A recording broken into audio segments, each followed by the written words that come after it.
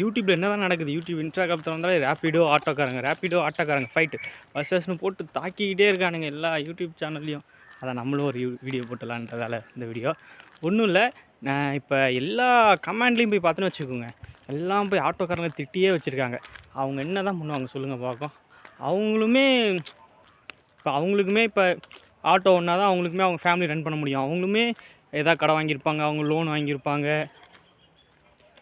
அவங்களுக்கு ஏதாவது கரெக்டாக வந்தால் தான் கரெக்டாக இருக்கும். எல்லாருமே ஆட்டோக்காரங்களை திட்டினா செட் ஆகாது. இருந்தாலும் என்னுடைய பாயிண்ட் ஆஃப் வியூ என்னென்னா, நான் வந்து ஒரு நாளைக்கு 2-3 முறை வந்து ரேப்பிடோ யூஸ் பண்ணுவேன். 2-3 முறை யூஸ் பண்ணும்போது எனக்கு இப்போ அர்ஜென்ட்டாக இப்போ நான் ஒரு இன்டர்வியூலாம் ரேப்பிடோ இல்லைன்னா அந்த இன்டர்வியூவில் நான் இப்போ பாஸ் பண்ணியிருக்கவே முடியாது. அவ்வளோ சீக்கிரத்தில் போனால் தான் அந்த ரேப்பிடோவில் எனக்கு போக முடிஞ்சுது. அவ்வளோ சீக்கிரத்தில் போய் தான் அந்த இன்டர்வியூ அட்டன் பண்ண முடிஞ்சுது ரேப்பிடோவில். இல்லைன்னு வச்சிங்கன்னா ரொம்ப செம்ம டிராஃபிக். இப்போ அதில் வந்து சீக்கிரம் போகணும். நான் எங்கே இருக்குன்னு எனக்கே தெரியல. நைட் டைம் நான் போனால் தான் அங்கே திரும்பி போய் மறுநாள் போக முடியும். அப்படின்ற போது நான் என்ன பண்ணேன், உடனே சரி ரேப்பிடோ போட்டுடலாம் அப்படின்றத பைக் ரேப்பிடோ போட்டோன்னே அவர் கரெக்டாக கூப்பிட்டு போய் எங்கேப்பா தம்பி போகணும் என்ன ஏதுன்னு கேட்டு கரெக்டாக அவருக்கும் தெரியாது தான், இருந்தாலும் மேப்பை போய் விட்டார். அப்போ இருந்த அமௌண்ட்டுக்கு ஒரு 100 ரூபா வந்ததுன்னு வச்சுக்கோங்க. எத்தனை கிலோமீட்டர்லாம் தெரில, ஆனால் கரெக்டாக போய் ட்ராப் பண்ணி விட்டுட்டார். அந்த மாதிரி தான் சொல்கிறேன் இப்போ. ஆனால் என் கருத்து என்னென்னு பார்த்தீங்கன்னா, என்ன தான் இப்போ ரேப்பிடோவை பேன் பண்ணாலும் இப்போ எல்லோரும் ஆட்டோவில் போவாங்கன்னு நினச்சிங்கன்னா போக மாட்டாங்க. ரேப்பிடோவில் போகிறவங்களாம் யார் மிடில் கிளாஸ் கூட இல்லை, மிடில் கிளாஸில் இருக்கவங்க, அது கீழே இருக்கவங்க. ரொம்ப பெரிய ஆளுங்க ரேராக தான் போவாங்க. அவங்க ஆட்டோமேட்டிக்காக ஆட்டோ, காரு அந்த மாதிரிலாம் போயிடுவாங்க. ஆனால் ஆட்டோவில் போகிறவங்க யார் இப்போ என்னெல்லாம் போயிட்டு ஆட்டோவில் இப்போ போய் 150 ரூபாப்பா இங்கேருந்து ஒரு 2 கிலோமீட்டர் கொடுக்கணுன்னா கொடுக்க மாட்டேன். நான் நடந்தே போய்டுவேன் அந்த 2 கிலோமீட்டரு. அந்த மாதிரி தான் இப்போ இதெல்லாம். நான் இப்போ தண்ணி இப்போ ஒரு இன்னும் 24 ரூபா ஆகுது, 2 கிலோமீட்டரு 30 ரூபா ஆகுதுன்னா கொடுத்துட்டு போயிடலாம். சரி, இப்போ பார்த்தீங்கன்னா சென்னையில் நம்ம வந்து இப்போ ஈஸியாக இப்போ நைட் டைமோ பகல் டைமோ எனக்கு தெரிஞ்சு இது வரைக்கும் நான் ட்ராவல் பண்ணி எனக்கு சேஃபாக தான் இருந்திருக்கு. நான் எங்கே போய் இறங்கினாலும் சென்னைக்கு நான் சேஃப்டியாக வர்றதுக்கு காரணமே நான் வந்து எங்கே போனாலும் ஈஸியாக போயிடலான்னா ரேப்பிடோ. நைட் டைம் காசு இல்லை, ஜிபே மட்டும் இருக்குன்னா உடனே நான் வந்து ரேப்பிடோ போட்டு திரும்பி இங்கே போனோம் ஓகே அப்படின்னு சொல்லிட்டு ஈஸியாக போயிடுவேன். இதே ஆட்டோலாம் வச்சுக்கோங்க, இப்போ நான் வந்து இப்போ வந்து நான் இப்போ ஷூட்டுக்கு போவேன், ஷூட் முடிச்சுட்டு இப்போ வந்து விட்டு போயிடுவாங்க. எங்கே ஷூட்டு வரும்னே தெரியாது, அவங்க லொக்கேஷன் அனுப்புவாங்க, அங்கே போய் ஆகணும். நான் இப்போ ஆட்டோக்காரங்கிட்ட இப்போ லொக்கேஷன் பார்த்து போய் எங்கள் குறுக்கு சந்துக்குள்ளெலாம் நடக்கும் ஷூட்டிங். இப்போ அதெல்லாம் எதுவுமே பண்ண முடியாது. இப்போ நான் எதாவது பைக்னால் பூந்து எந்த சந்துக்குள்ளே ஷூட் இருந்தாலுமே ஈஸியாக போயிடுவாங்க. அதில் ரொம்ப உதவியாக இருக்கும். இப்போ எனக்கு தெரிஞ்சு கடைசியாக நான் சொல்கிறது என்னென்னா, என்ன தான் அவங்க ரேப்பிடோ இப்போ வந்து ரேப்பிடோ வந்து இப்போ ஓடாது அப்படின்னு சொன்னாலும் ஆட்டோவில் அதிக பேர் போவான்னு கேட்டிங்க. ரேப்பிடோ போகக்கூடாதுன்னு சொன்னாலும் என்ன தான் இருந்தாலும் போவாங்களா நீங்கள் கேட்டிங்கன்னா இதுக்கப்புறம் ஆட்டோலையும் போக மாட்டாங்க.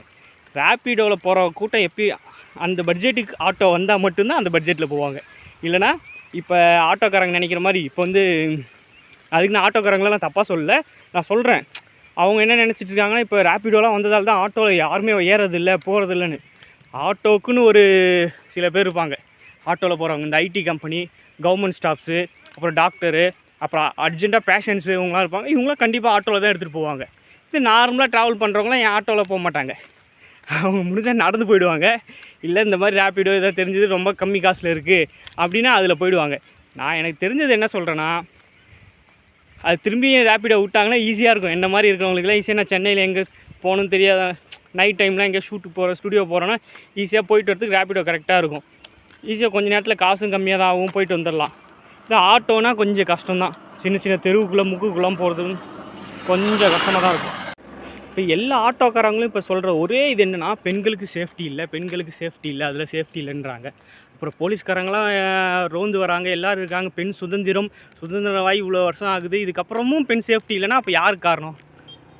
அப்போ எங்கே அவங்க பெண்கள் வெளியே வரக்கூடாது? நீங்கள் சொல்கிறத பார்த்தோன்னா லேடிஸ்லாம் வீட்டுக்குள்ளே இருந்துக்கணும், வெளியே வந்தால் சேஃப்டி கிடையாது, அவங்க கூட பைக்கில் போனால் சேஃப்டி கிடையாது. இப்போ ஆட்டோக்காரங்களும் நமக்கு தெரிஞ்சவங்க தெரியாதவங்க தான், இருந்தாலும் போகிறோம்ல. நான் ஆட்டோக்காரங்க திரும்பி சொல்கிறேன், ஆட்டோக்காரங்க யாரையும் தப்பாக சொல்ல, உடனே எல்லோரும் கமெண்டில் அடிக்க வந்துடாதீங்க. நான் அவங்க பக்கமும் இதுதான் சொல்கிறேன், இருந்தாலும் சொல்கிறேன். இந்த ஒரு குறிப்பிட்ட இடத்துக்குள்ளே இருக்கிறவங்களுக்கு வந்து ரொம்ப லோ இருக்கிறவங்களுக்கு வந்து ரொம்ப கொஞ்சம் கஷ்டம்தான். பட்ஜெட்டாக தான் எங்களால் நாங்கள் ட்ராவல் பண்ணுறதே பட்ஜெட்டு தான். சென்னைக்கு வர்றது இப்போ ரூம் வாடகை கொடுக்கணும், சாப்பாடணும், இதுக்கு நடுவில் எங்கேயாவது போகணும். இப்போ பஸ்ஸில் அந்த டிராஃபிக்கில் உங்களுக்கே சொல்லவா தெரியும் சென்னை டிராஃபிக் எவ்வளோன்னு. அதில் ட்ராவல் பண்ணணுன்னா நான் ஆட்டோவில் ட்ராவல் பண்ண எவ்வளோ நேரம் ஆகும்? ஒரு 2 கிலோமீட்டருக்கே இங்கே 1 மணி நேரம் நிற்கிது. நான் 2 கிலோமீட்டர் எதாவது பைக்கு போட்டோன்னா பூந்து சந்தில் போயிடும். ஓகே மக்களே, இதுக்கு மேலே என்ன சொல்கிறது தெரியல, நீங்களே பார்த்து கீழே ஏதாவது உங்களுக்கு கமெண்ட் எடுத்துருந்தா சொல்லிவிடுங்க. சரி பார்ப்போம்.